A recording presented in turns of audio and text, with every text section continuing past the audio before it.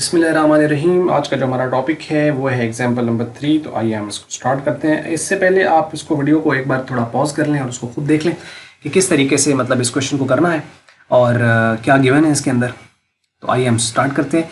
बात कर रहे हैं mister Amjad took a loan of ₹25,000 from a bank. एक बैंक से मिस्टर अमजद ने 25,000 रुपये लोन लिया है। तो ये जो लोन उनके पास 25,000 रुपये आया है ये है आज उनके पास कैश भी, और आज उसकी कैश की उतनी वैल्यू वर्थ भी है।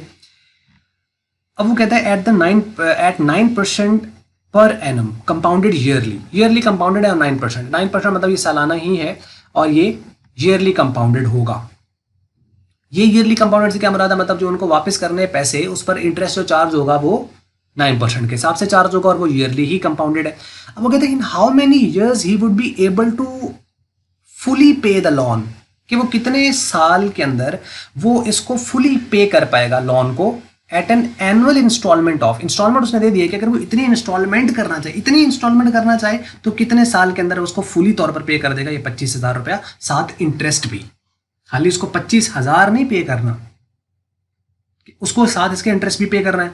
तो इतनी अगर इंस्टॉलमेंट करे तो वो कितने साल के अंदर इस रेट के ऊपर वो ये फुली की फुली पेमेंट कर पाएगा, अगर ये उसकी इंस्टॉलमेंट जो है वो जा रही है at the start of each year, हर साल के शुरू में जा रही है। मतलब आज लोन लिया तो उसी वक्त उसने पे कर दी, ठीक है। आज लोन लिया है, उसमें से एक इंस्टॉलमेंट उसने वापस दे दी। इसका मतलब है कि प्रेजेंट वैल्यू फिर उसकी ज्यादा बनेगी as compare to the ordinary annuity. यानी ड्यू के केस में उसका मतलब है ज्यादा पैसे बनते हैं। इसके ऊपर पहले बात कर चुका हूँ, शायद आपको अभी ये डायरेक्टली बात ये ना समझ आए। तो पिछले लेक्चर्स के अंदर ये बड़ी डिटेल में बात हुई है इसके ऊपर कि स्टार्ट पे पेमेंट करने की लॉजिक क्या आखिर क्या बनती है। तो अगर आपने पिछले लेक्चर से सीक्वेंस से आप आ रहे हैं तो इस चीज़ का भी आपको आंसर मालूम होगा। आइए हम क्वेश्चन को स्टार्ट कर लेते हैं। तो अब इसमें देखें प्रेजेंट वैल्यू गिवन है आज के, चूंकि लॉन की है तो ये पीवी है, उसके बाद आई भी गिवन है, एन आपको फाइंड करना है और ये जो आर है वो भी गिवन है। चूंकि स्टार्ट पे है तो प्रेजेंट वैल्यू का फार्मूला यूज तो होगा, लेकिन एन्युटी ड्यू का जो कि PV is equal to R into 1 minus 1 plus I की power minus n whole divide by I into 1 plus I, ये इसका फार्मूला होता है। क्योंकि जब भी प्रेजेंट वैल्यू की हम बात करते हैं तो एन नेगेटिव हो जाता है और उसके अलावा एन्युटी ड्यू हो तो साथ 1 प्लस आई साथ आता है। ये है इसको याद रखने का तरीकाकार। तो ये है इसका सोल्यूशन। प्रेजेंट वैल्यू आपके पास जो है वो 25,000 है, एन आपको फाइंड करना है, आर आपके पास जो है वो 5,573.01 और एन जो है वो 9% सालाना है। चूँकि कंपाउंडेड ईयरली ही है तो लिहाजा हम इसमें कोई चेंज एन और आई में नहीं करेंगे, क्योंकि ये सालाना है तो ये भी साल में ही निकल आएगा। फार्मूला हमने एन्युटी ड्यू का क्यों यूज़ किया है, क्योंकि इसमें उसने कहा है स्टार्ट पे। तो जब स्टार्ट पे है तो इसके साथ एन्युटी ड्यू के केस में आपके पास की फैक्टर एक एक्स्ट्रा लगता है, चाहे प्रेजेंट वैल्यू तो चाहे फ्यूचर वैल्यू ड्यू के केस में।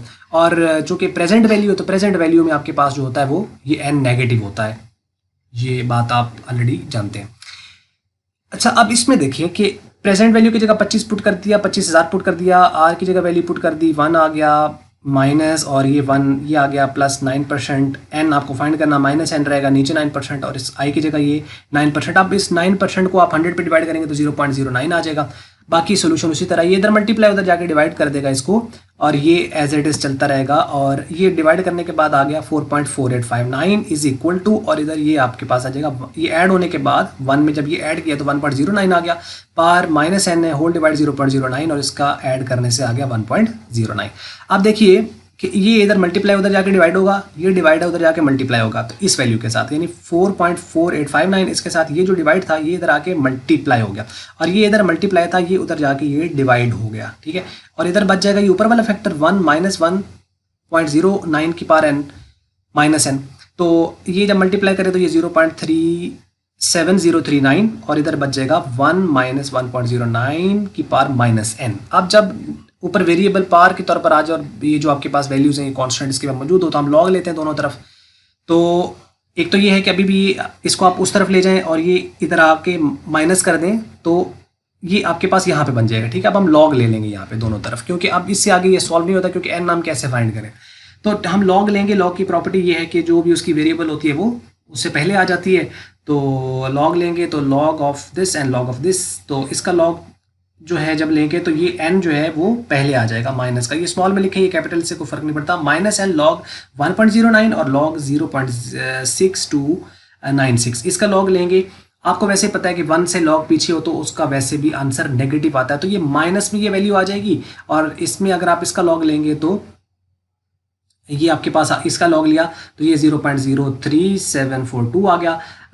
इसमें n ये नेगेटिव है और ये भी नेगेटिव है, ये माइनस माइनस से कैंसिल हो जाएगा, तो ये n के साथ मल्टीप्लाई उधर जाके डिवाइड हो जाएगा, तो इस वाली वैल्यू को ये वाली वैल्यू डिवाइड करेंगे तो ये 5.36 ईयर आ जाएंगे, यानी तकरीबन 5 साल पूरे हैं, और ऊपर भी फ्रैक्शन में भी कुछ ईयर आ रहे हैं जो कि 0.36 है, तो यानी 5.36 ईयर्स, इतने साल के अंदर अंदर वो इसकी पेमेंट कर पाएगा अगर वो एनुअल इंस्टॉलमेंट जो है वो 5,573.0 अगर पेमेंट करे और ये इंटरेस्ट चार्ज हो, तो 1 साल के अंदर अंदर इसको वो फुली तौर पर वेव मतलब उसको वो वापस कर पाएगा, पेमेंट उसकी कर पाएगा कि लोन फुली पे हो जाएगा उसका, तो ये आता है इसके अंदर। अच्छा, एक चीज़ और यहाँ पे है कि जैसे अब आपके पास एन ये आ गया है, तो इसको बाज़ दफ़ा कुछ लोग होते हैं वैसा होता है कि इसको मंथ में भी वो लिख देते हैं, तो मंथ में अगर आपने इसको लेके जाना है तो फिर उसका तरीकाकार ये होगा कि जैसे आप 5 ईयर तो पूरे हैं ना, तो आप क्या करोगे कि ये जो 0.36 है ये चूँकि ईयर्स में है, तो इसको अगर हम